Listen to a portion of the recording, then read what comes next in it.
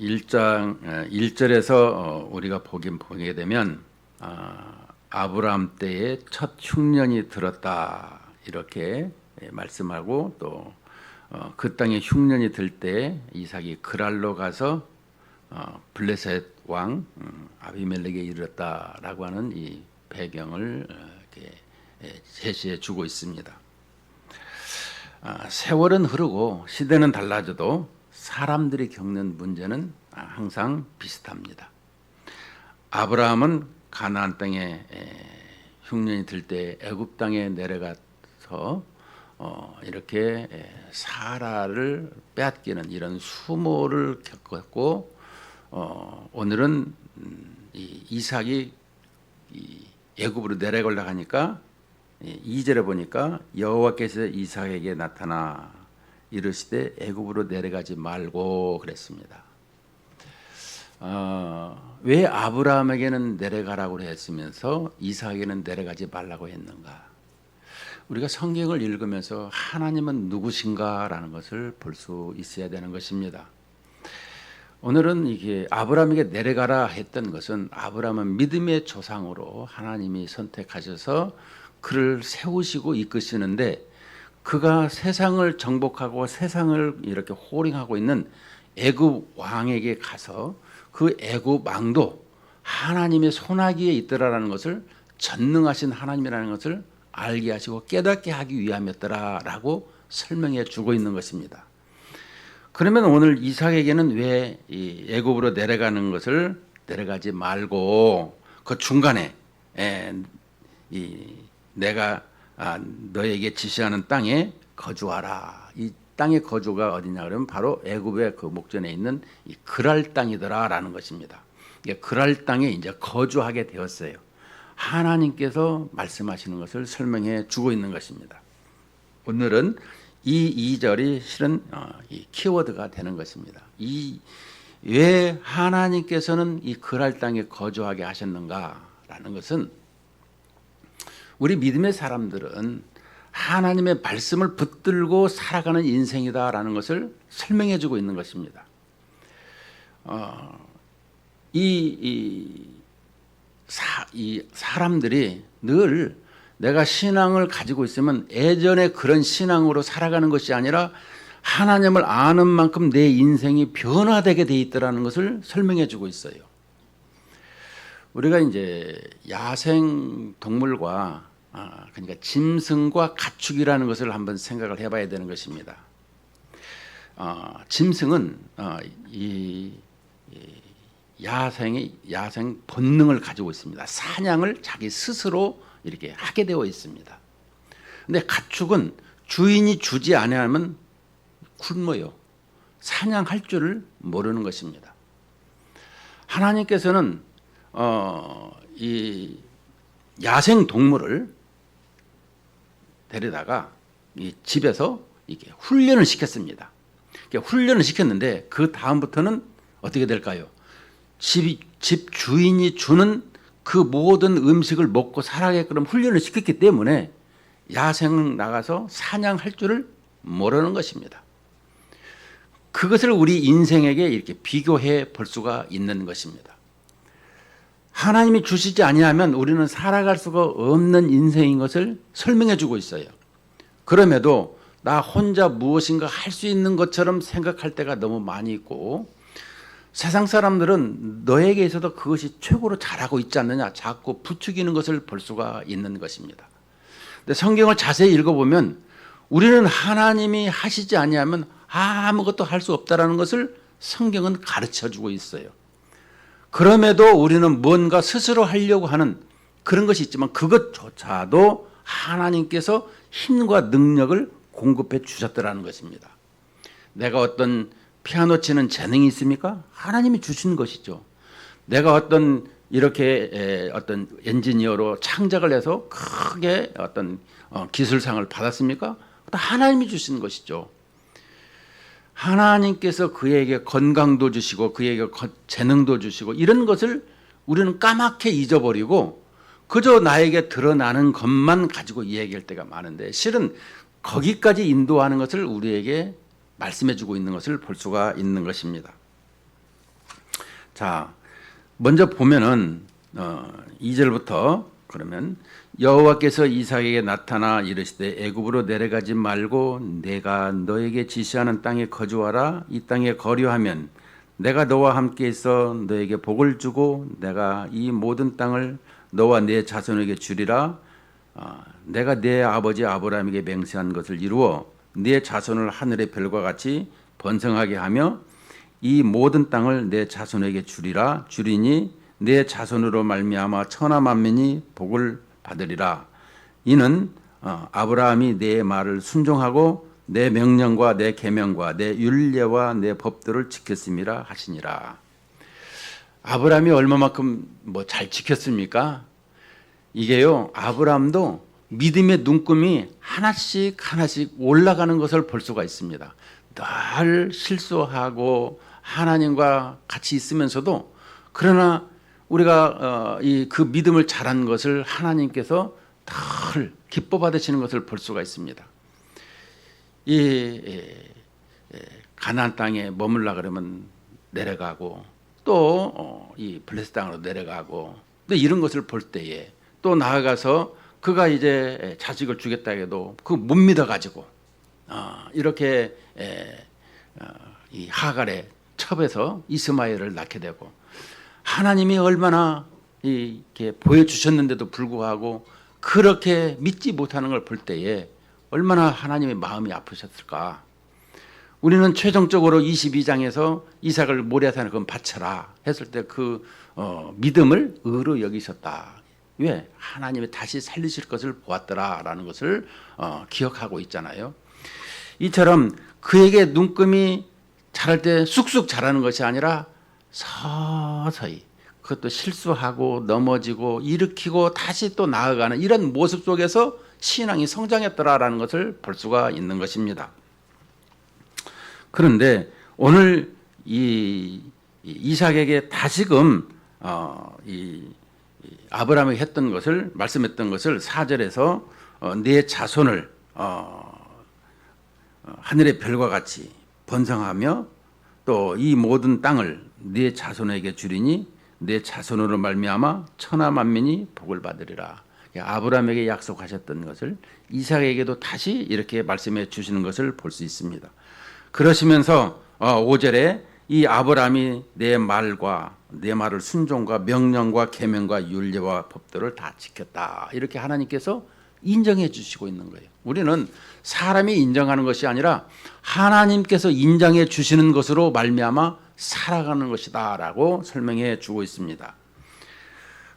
그런데 이제 이 6절부터 보게 되면 이삭이 이제 그랄에 거주하였더니 이 11절까지 보게 되면 문제는 뭐였느냐? 이 백성 그 블레셋 땅에 내려가서 자기 아내를 아버지와 똑같이 이렇게 아리따움으로 나를 죽이고 아내를 뺏어갈까봐 이 아내를 내 누이라 내 동생이라 이렇게 말하는 것을 볼 수가 있습니다. 당시에는 배경을 보면 그냥 죽이고 뺏어가는 것이 비일비재하는 것으로 이렇게 있습니다. 왜냐하면 법이 이렇게 체계화되어 있지 않고 또 국가가 그렇게 만들어져 있지 않기 때문에 그랬던 것입니다. 지금도 이렇게 70억이 넘는 인구가 이렇게 170개 여러 나라에 있다고 하지만 그런데 이것을 이렇게 체계적으로 법이 작동이 안 되는데도 아직도 많고요. 또 이렇게 관습법에 의해서 그 모든 것을 이렇게 재단하는 것도 많이 있습니다. 그런데 이 오래 거주하였는데 그 리브가를 꾀하는 것을 보았다라고 하는 것을 볼 수 있습니다. 이제 그 리브가를 이렇게 아내라고 속였으면서도 이 리브가를 꾀하는 것을 보았다라고 하는 것은 이것은 어떻게 보면 그냥 꾀하는 것이 아니라 어떤 성적인 이런 모습을 보게 된 것입니다. 그런데 어떻게 이 블레셋 왕 아비멜렉이 이렇게 창으로 볼까라고 하게 되면 그때는 거의 이렇게 문을 오픈하고 이렇게 보이는 이런 모습으로 되어 있던 집이었다라고 하고 있습니다. 그래서 그들 보고 이제 범죄하지 아니하도록 이렇게 했더라라고 설명을 해주고 있습니다. 자, 그런데 이제 본문의 핵심은 뭐냐 그러면 12절 말씀인 것입니다. 12절 말씀에 이삭이 그 땅에서 농사하여 그 해에 100배나 얻었고 여호와께서 복을 주심으로 그 사람이 창대하고 왕성하여 마침내 거부가 되어 그랬습니다. 자, 이삭의 원래는 직업이 뭐예요? 유목민인데 양치는 삶이었는데 이 그랄 땅에 가서 농사를 지켜야 한 것을 볼 수 있습니다. 여기서 보게 되면 이 농사하여, 그 땅에서 농사하여, 농사라고 한다라는 것은 이렇게 한 단어로 한 줄로 이렇게 나와 있지만 실은 여러분 농사라고 하는 것은 뭐죠? 씨를 뿌리고 또 이 뿌린 씨가 자라고 또 거두는 데 있어서 얼마만큼 인내와 그 열정과 이 사랑이 들어가 있는가를 볼 수 있어야 되는 것입니다. 여기에는 햇빛이 있어야 되고 바람이 있어야 되고 비가 있어야 되고 또 그 사람이 날마다 거기에 관심이 있어야 되고 또 나아가서는 이렇게 이 알곡을 해치는 이 모든 잡초들도 뽑아내야 되는 이런 모습을 가지고 있죠. 그만큼 이 농사를 짓는다는 것은 봄에 시작을 해서 가을에 추수하는데 시간이 오래 걸린다는 걸 설명해 주고 있습니다. 그런데 이삭이 그 땅에서 농사하여 한 줄로 쫙 얘기하면서 그 해에 100배나 얻었고, 그래서 이 100배라고 얘기할 때는 우리는 숫자적인 개념을 생각할 때가 많이 있습니다. 근데 이 성경을 자세히 들여다보면 숫자적인 것도 있겠지만 그러나 그 내면 속에는 이 문학적으로 100배, 1000배, 우리는 이 신명기서에도 보면 이 1000배가 나오죠.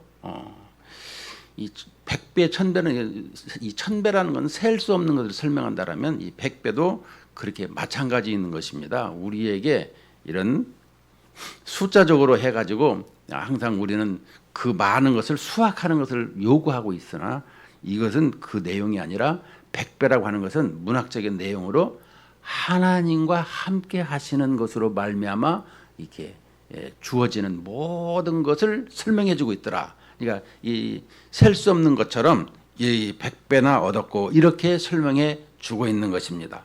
그러니까 우리에게 이 100배라고 얘기할 적마다 우리의 삶은 이 다시금 생각을 해봐야 됩니다. 100배, 60배, 30배. 어떤 데는 또 이 복음서에도 보면 30배, 60배, 100배 이게 두 가지로 나올 때가 있는데요. 오죽하면 제가 이 100배라고 얘기하니까 그 세알해 본 적이 있어요. 곡식을. 여러분 그 옥수수 같은 경우에는 이게 하나가 이게 800개, 900개 있어요. 그러면 수수, 조 이런 건 몇 개가 있을까요? 내가 세알일 수가 없을 정도로 너무 많더라고요. 여러분 그런 거에서 볼 적에 우리는 이렇게 그 몇 배의 소출을 얘기할 때마다 그 소출이 중요한 것이 아니라 하나님이 함께 하셔서 부족함이 없도록 아주 많이 채워주셨다라는 것을 우리가 그것을 배워야 된다라는 거예요. 자, 그래서 이제 13절에 다시 보면 그 사람이 창대하고 왕성하여 마침내 거부가 되어서, 자, 거부가 되었어요. 하나님의 복을 셀 수 없을 만큼 많이 주어서 거기에 많은 사람들이 이렇게 보고 어떻게 될까 보니까 이제 시기하는 모습을 보게 됩니다. 이제 14절에 보면 양과 소가 떼를 이루고 종이 심이 많으므로, 이제 또 갑자기 농사를 지었는데 여기서는 또 양과 소가 떼를 또 많이 이룬 것을 볼 수 있습니다. 그래서 심이 많으므로 블레셋 사람이 그를 시기하여, 자, 블레셋 사람이 이제 시기합니다. 어떻게 시기하는가? 그 아버지 아브라함 때에 그 아버지의 종들이 판 모든 우물을 막고 흙으로 메워버렸더라. 이 아버지 때의 그 판 우물을, 이제 우물이라고 하는 것은 아주 큰, 지금으로 말하면 어떤 기업처럼 생각이 듭니다. 왜냐하면 물이 너무 귀하니까. 지금도 제가 이제 아프리카에 가서 이렇게 보니까 그 물 하나로 그 한 2, 300호가 되는 그 사람들이 그 물을 먹어요. 그러니까 다 해마다 맨발에 물동이 이고 있는 게 일이에요. 이게 길 양쪽에는 사람들이 항상 이고 가. 이게 그 사람들이 한국에 와서 길을 보니까 사람이 걸어다니는 사람이 없는 거 보고 신기하다. 물어봤다 그래요. 아니 자동차가 있어서 그게 싱싱 가는데, 물론 거기는 자동차가 이제 많이 없고 그러다 보니까 사람이, 그리고 시골 같은 데는 맨날 걸어 다녀야 되는 입장을 보게 돼요. 이 우물을 막고 흙으로 메웠더라. 시기에서 그 우물을 막아버리는 것을. 그러니까 우리 그리스도인들은 이 부분을 어떻게 이 관점을 보느냐, 이것이 또 중요합니다. 블레셋 사람들이 그를 시기하여서 그 아브라함 때 종들이 판 모든 우물을 막고 흙으로 메워버렸더라. 이게 세상에서 믿음의 사람들에게 주는 어떤 관계성에서 이게 고통받는 일이라고 볼 수가 있는 것입니다. 세상은 예수 믿는 사람들을 아주 싫어해요. 그래서 16절에 보니까 아비멜렉이 이삭에게 이르되 네가 우리보다 크게 강성한즉 우리를 떠나라. 이제는 이제 나가라. 이렇게 얘기를 합니다. 이삭이 그곳을 떠나 그랄 골짜기에 장막을 치고 거기 거류하며, 그랄 이제 골짜기에서 장막을 쳤습니다. 그 아버지 아브라함 때에 팠던 우물을 다시 팠으니 이는 아브라함이 죽은 후에 블레셋 사람이 그 우물을 메웠음이라. 이삭이 그 우물들의 이름을 그의 아버지가 부르던 이름으로 불렀더라. 이삭의 종들이 골짜기를 파서 샘 근원을 얻었더니 그랄 목자들이 이삭의 목자와 다투어 이르되 이 물은 우리의 것이니라 하며 이삭이 그 다툼으로 말미암아 이 그 우물 이름을 에색이라 하였으며. 자, 첫 번째 우물을 팠는데 이 이름을 에색이라고 했어요. 왜? 다투었다. 여기에 보게 되면 이 각주가 있어요. 에색이라 했고, 그 다음에 21절에 또 우물을 팠는데 그들이 또 다툼으로 그 이름을 신나라. 여기서는 이 신나는 대적했다라고 이 각주에 나와 있어요. 밑에 보게 되면. 세 번째로는 이삭이 거기서 옮겨 22절에 다른 우물을 팠더니 그들이 다투지 아니하였으므로 그 이름을 르봇이라. 근데 르봇은 바로 여호와께서 우리를 위하여 넓게 하셨으니, 넓은 장소가 넓은이라는 뜻을 설명해 주고 있습니다. 그래서 그 땅에서 우리가 번성하리로다 하더라, 이렇게 말씀을 해 주고 있습니다. 우물을 이렇게 3개나 팠어요. 그런데 떠나라라고 얘기해 놓고 26절에 보면 그들이 다시 돌아오는 것을 볼 수가 있습니다. 찾아와요. 이 왜 찾아오느냐? 그거는 24절에서 이렇게 23절에서 이렇게 말씀해 주고 있습니다. 이삭이 거기서부터 브엘세바로 올라갔더니, 이 올라갔다는 말과 내려갔다는 말, 여러분 성경은 유심히 쳐다봐야 되는 것입니다. 올라갔다라는 것은 하나님을 찾아서 이렇게 하나님을 경배하고 하나님을 예배하는 이런 모습을 얘기할 때는 내려갔다라고 하고, 이 내려갔다라고 표현을 할 때에는 항상 그 좋지 않은 이런 모습을 취해주고 있죠. 우리가 이 서울과 부산 볼 때 서울 올라가냐 이렇게 물어볼 때가 있어요. 그런 이 올라갔다라는 말은 이 서울에는 특별시, 특별한 사람, 이 대통령이 산다라고 해서 특별시라고 지은 거 아니겠습니까? 이처럼 그 왕이 거주하고 대통령이 거주하는 곳을 이렇게 올라갔다라고 성경에서도 이렇게 표현을 하고 있고, 그것이 지금도 이렇게 표현해주고 있는 것을 볼 수가 있는 것입니다. 그래서 이 브엘세바로 올라가서 이 브엘세바가 이제 이 세바는 물이라는 것이고 브엘이라고 하는 것은 이렇게 그 지역을 설명해 주고 있는데요. 우물 이 브엘세바 우물도 가다 보면 조금만밖에 안 해요. 가다 보니까 뭐 지금까지 4,000년 전이나 내려왔다고 얘기하니까 왜냐하면 예수님 시대까지가 2,000년 그리고 이 예수님 시대에서도 아브라함 때까지가 2,000년 이렇게 하면 4,000년 정도가 돼요. 그리고 이제 출애굽할 때가 1446년이라고 표현하니까 지금부터 한 3,500년 전 이렇게 설명을 하고 있습니다. 역대기로 이렇게 역사적으로 보면 자 그런데 그 우물이 지금도 남아 있더라라고 하면서 관광객들을 이렇게 맞이하고 있는 것을 또 볼 수가 있어요. 자, 근데 이삭이 거기서부터 브엘세바로 올라갔더니 어디에서 그랄에서부터 지금 이 우물 판대 여기서부터 올라갔는데 그 밤에 여호와께서 그에게 나타나 이르시되 나는 네 아버지 아브라함의 하나님이니 두려워하지 말라 내 종 아브라함을 위하여 내가 너와 함께 있어 네게 복을 주어 내 자손이 번성하게 하리라 하신지라.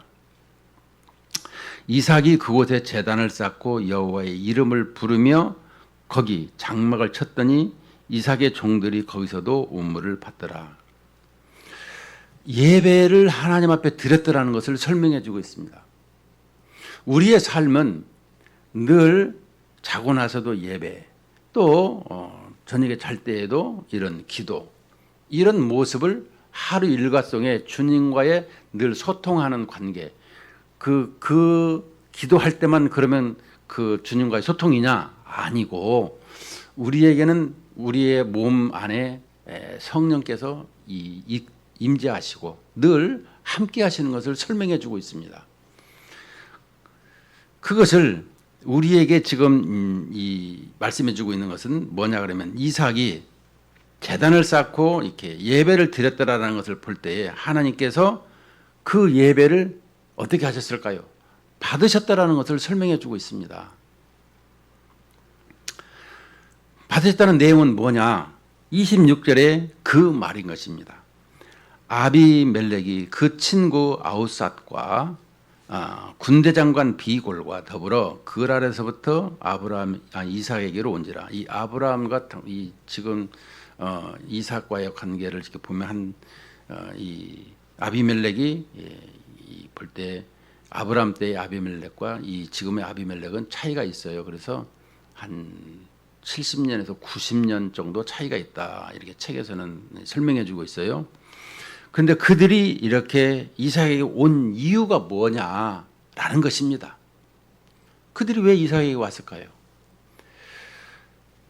이삭이 하나님께서 그랄 땅에 머물러서 하나님이 그 농사를 짓게 하시고 농사를 짓는 데 있어서 100배의 소출을 얻어서 하나님의 이 말씀을 그대로 준행하면서 살았더라라는 것을 설명해 주고 있는 것입니다. 우리가 이 신앙을 가지면서 살아가는 것은 떠나가면 떠나고 이렇게 살아가면 사는 이런 모습을 취하는 것이 바람직한 것입니다. 근데 사람들이 태어나는 곳과 살아가는 곳과 또 죽어가는 곳이 다 다르더라라는 것을 또 볼 수가 있습니다. 저도 태어난 데 따로 배우는 데 따로 살아가는 데 따로 이렇게 있습니다. 사람들은 이렇게 유목민처럼 이렇게 이동하는 이런 모습을 취하고 있어요. 우리가 히브리 민족 하지만 이 히브리를 이제 그 이브리라고도 합니다. 그것은 이제 강을 건너온 민족이라고 해서 그렇게 설명을 하고 있는데요. 우리는 항상 이렇게 이동을 하는 이런 모습을 취하고 살죠. 이렇게 이삭에게로 온 이유는 뭐냐라고 하게 되면 그 땅에서 이렇게 하나님의 뜻 가운데 사는데도 샘을 팔 때마다 다투어 속이 얼마나 상했냐 이 말입니다. 이 믿지 아니하는 사람과 이게 싸우고 나면은 우리의 신앙이 엄청 다운돼 버립니다. 내가 실컷 이렇게 해가지고 이 기업을 세웠는데 그거 파산이 돼버린다. 얼마나 낙심하겠습니까? 여기서 우물이라고 하는 것은 어마어마한 이런 재산권을 가지고 있는 거거든요. 그리고 또 생명이기 때문에.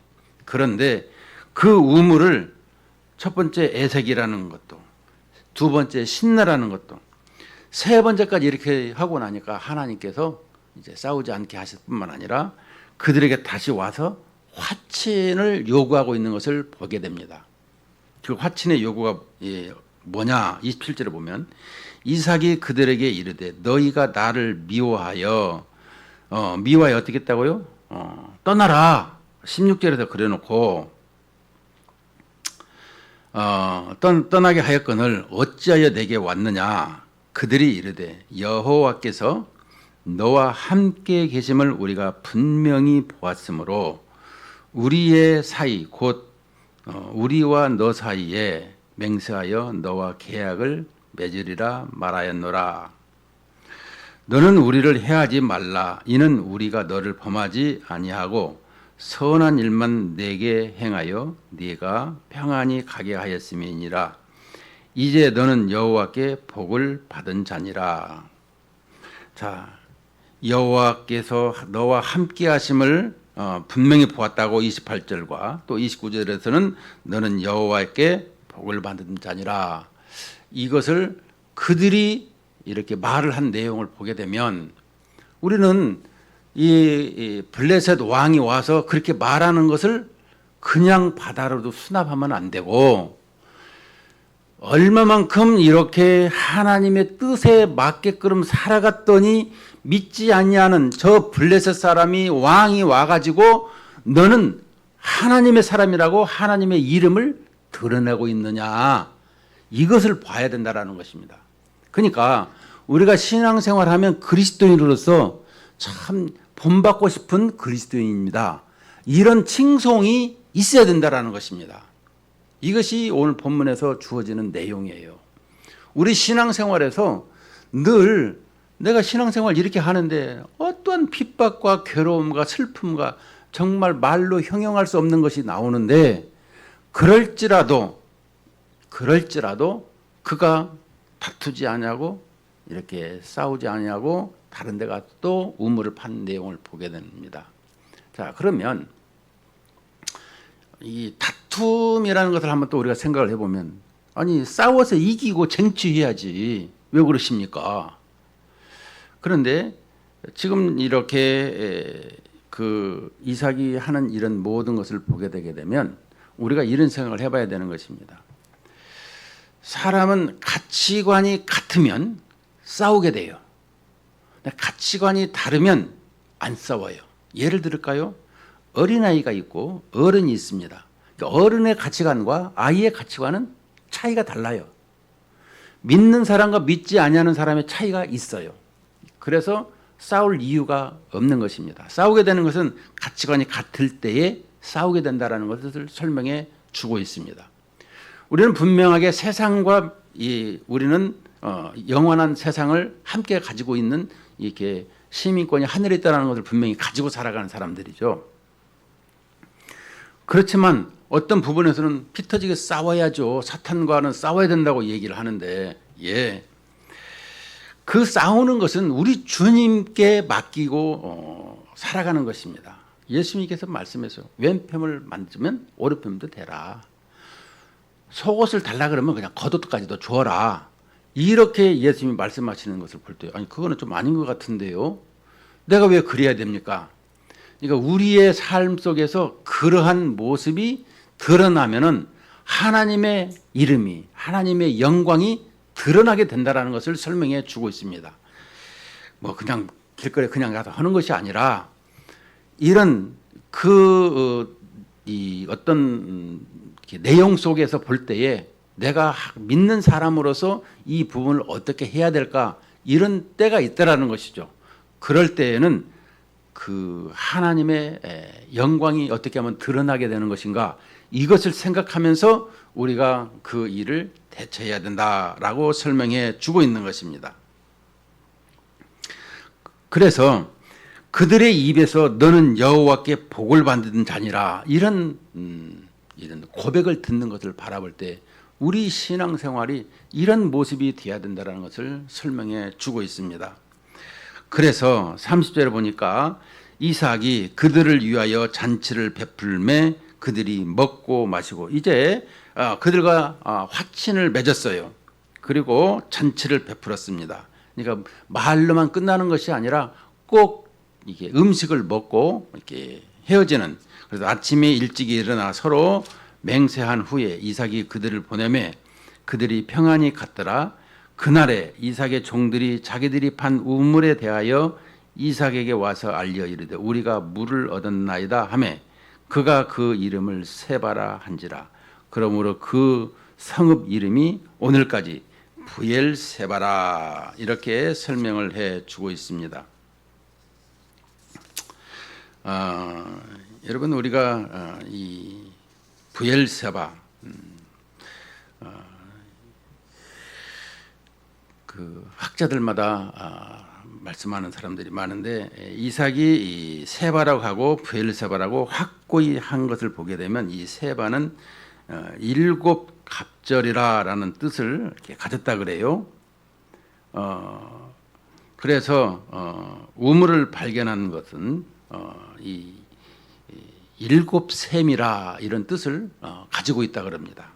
그래서 이 부엘세바가 지금 부엘세바가 이삭에게 의해 발전되고 삶의 터전으로 넓혀질 뿐만 아니라 확고히 되어서 이삭의 소유임을 시비할 수가 없게 되었다. 그것을 지금 말씀해 주고 있는 내용입니다. 우리는 이 이삭이 지금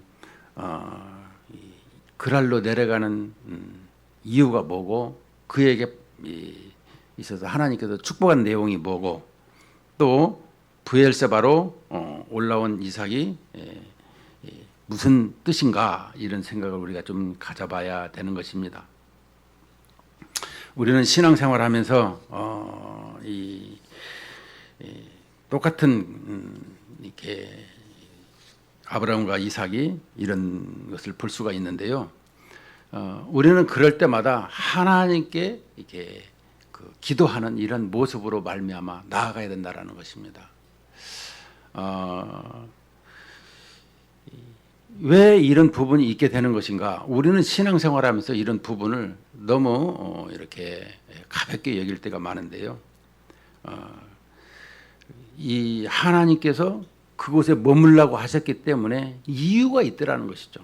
그것은 우리를 훈련하고 우리를 더욱더 믿음의 사람으로 확고히 하고 하나님의 이름이 드러나게 하고 하나님의 영광이 드러나게 하는 이러한 모습을 믿음의 사람을 통해서 본이 되어지고 그것이 계속되어지기를 원하고 있더라 이렇게 설명을 해 주고 있는 것입니다. 특별히 이 결론적으로 이 얘기를 하면은 이 이삭이 유목민인데도 불구하고 이 농사를 짓게 하는 이런 모습 속에서 우리에게 이 하나님께서 이삭을 다뤄가는 이런 모습, 그가 그대로 수납하고 순종하는 이런 모습을 보게 되더라는 것입니다. 끝까지 고집을 피우면 안 되는 것입니다. 고집은 이 사무엘상 15장에 보면 사신 우상에게 절하는 것이다 이렇게 설명을 해주고 있습니다. 여러분 우리는 고집을 피우면 안 되죠. 또 우리가 일반적으로 고집을 피운 사람을 얘기할 때마다 열등감이 있더라라는 것을 또 표현할 때가 있습니다. 가지고 있는 건 자존심밖에 없으니까 그렇다 이렇게 말할 때가 있습니다. 여러분 그런 건 아무것도 아니라는 것을 성경은 가르치고 있는 것입니다. 내 것이 내가 아닌데 왜 내 것처럼 내가 주장하느냐 이것을 바라볼 때에 하나님 앞에 모든 것이 들어졌더라. 내가 종이었어요. 종은 뜻이 노예입니다. 그러니까 세상의 종, 세상의 노예였다가 그 노예가 하나님의 자녀로 하나님 나라 백성으로 이제 이렇게 업그레이드가 되온 것을 설명해 주고 있죠. 오늘 우리에게 이 농사지은 이런 부분을 다시금 한번 바라볼 때 우리는 결론적으로 하나님을 찾아가는 인생이다라는 것을 설명해 주고 있습니다. 하나님을 알아가는 인생이다라는 것을 설명해 주고 있어요. 여러분 이 고린도후서 5장 1절부터 5절 말씀에 보면 이 탄식이라는 단어가 나옵니다. 만일 땅에 있는 우리의 장막집이 무너지면 하나님께서 지으신 집 곧 손으로 지은 것이 아니요 하늘에 있는 영원한 집이 우리에게 있는 줄 아느니라. 참으로 우리가 여기 있어 탄식하며 하늘로부터 오는 우리 처소로 덧입기를 간절히 사모하노라. 자, 2절 말씀에 보면 참으로 우리가 여기 있어 탄식하며, 이게 탄식이라는 것은 우리는 부정적인 개념을 가지고 있어요. 한숨 쉬는 이런 탄식을 그렇게 설명하고 있으나 사도 바울은 이 탄식을 그렇게 설명하지 않고 있습니다. 성경에서 그리움으로 바라보는 이런 모습을 설명해 주고 있는 것입니다. 주님을 향한 그리움, 이것을 설명해 주고 있는 거예요. 우리가 탄식은 부정적인 개념보다는 긍정적인 개념을 가지고 있어야 된다는 것을 설명해 주고 있는 것입니다.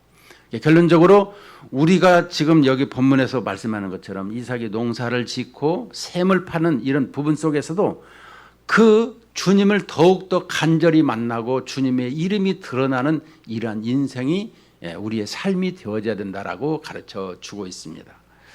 우리는 어디에서든지 하나님의 이름이 드러나는 그러한 우리의 눈금 있는 믿음의 신앙이 하나님 앞에 올려지는 이런 우리의 삶이 되시기를 주의 이름으로 축원을 드립니다.